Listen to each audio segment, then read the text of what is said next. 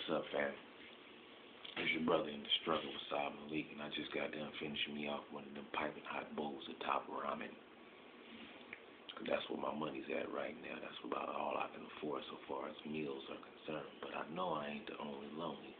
I know there's plenty of y'all out there that had top-notch mentalities, top sirloin taste, but top ramen money, and which brings me to the reason why I'm making this video in the first place.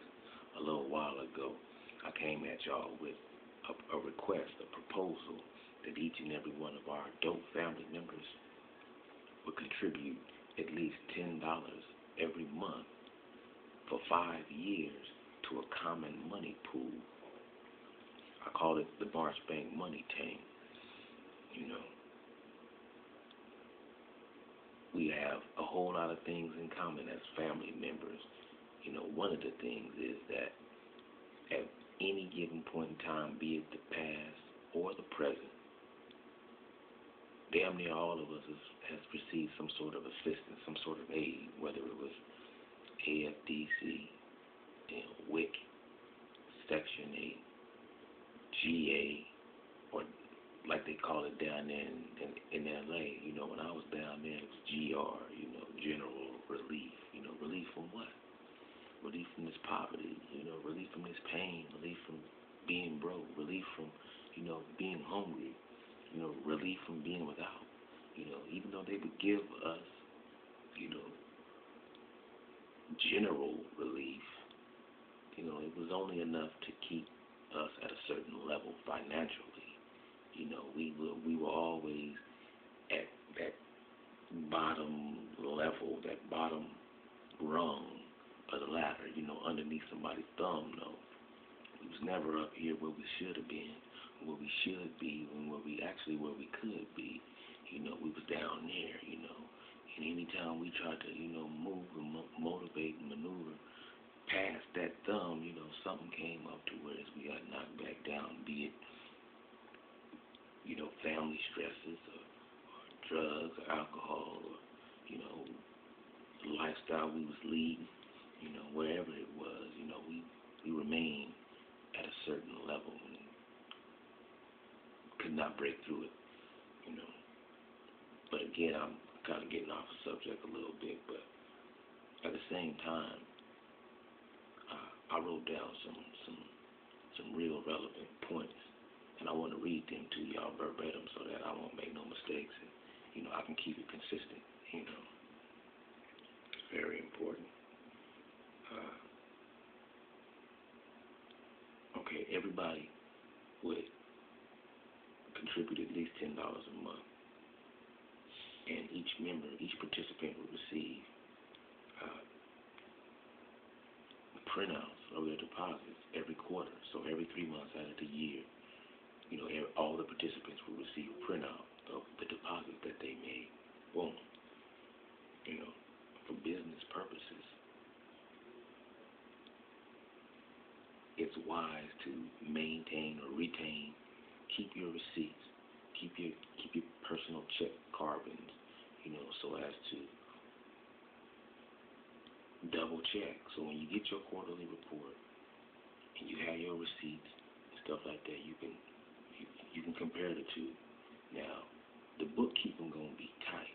The bookkeeping gonna be A1 from day one, for real. But whenever you get a group of people, especially black folks, and I ain't talking down on us, I'm just calling it like I see it and have saw it. Whenever you get black folks together and you got money involved, it's trust issues, so that's key. We got to be focused on unity. We got to maintain a high level of trust, and we got to keep pushing towards that ultimate goal. That ultimate goal is financial freedom, liberation financially. The last couple of years, I've been really into finding out about our history as Africans in America and Africans on the continent of Africa and just blacks go globally. And every time I come up with an idea that, I believe is groundbreaking, such as opening up a school for black children that teaches us about us it always comes back to the point of money. Money. There is no black power without green power. That's most definitely. But again, keep your receipts. One person will be designated as the banker. And that's just to cut down on the confusion. You don't want to have money in everybody's hands. Where did such and such go with that $10? I don't know. Last time I seen him, he was going down there to, down the block. What? So all checks and money orders will be mailed to one person, one designated individual that I like to call the banker.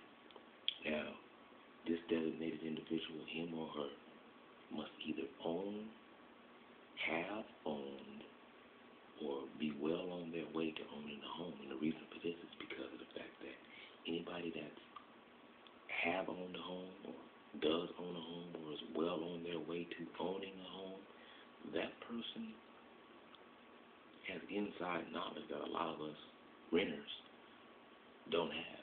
That person has dealt with those loan officers from the banks and stuff like that. That person has dealt with them folks with them white collars and them suits and them ties.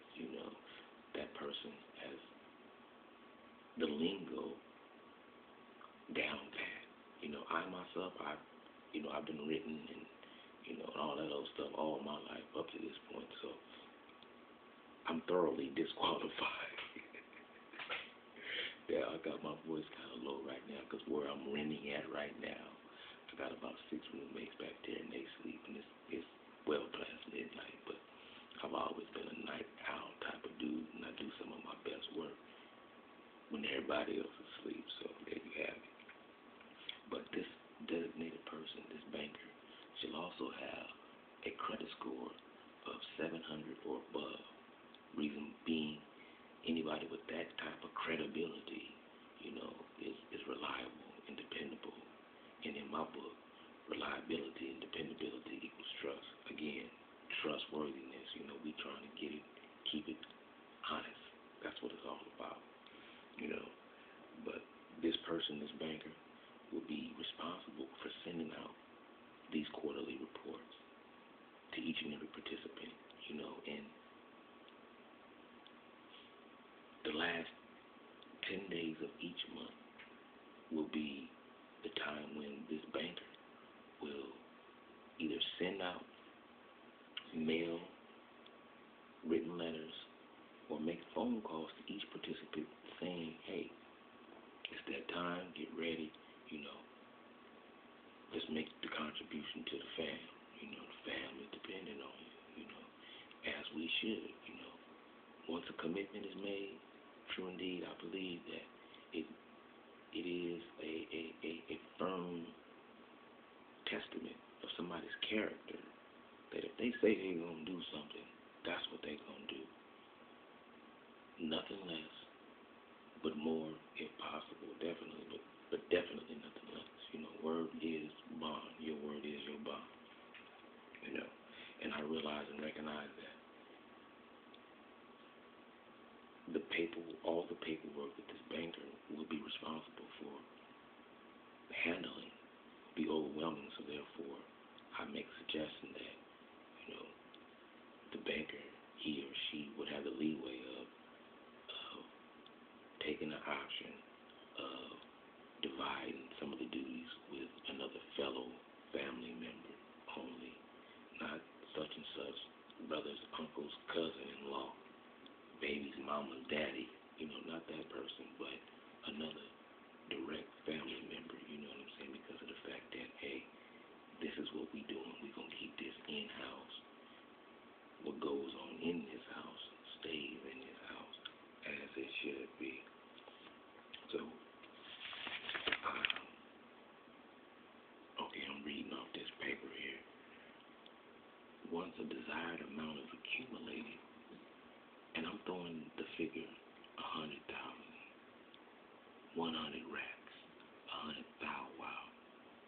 Because once you get to 6 figures, you moving something there. You know what I'm saying? You got some muscle to throw your weight around. You to be taken seriously when you're working with 6 figures or better.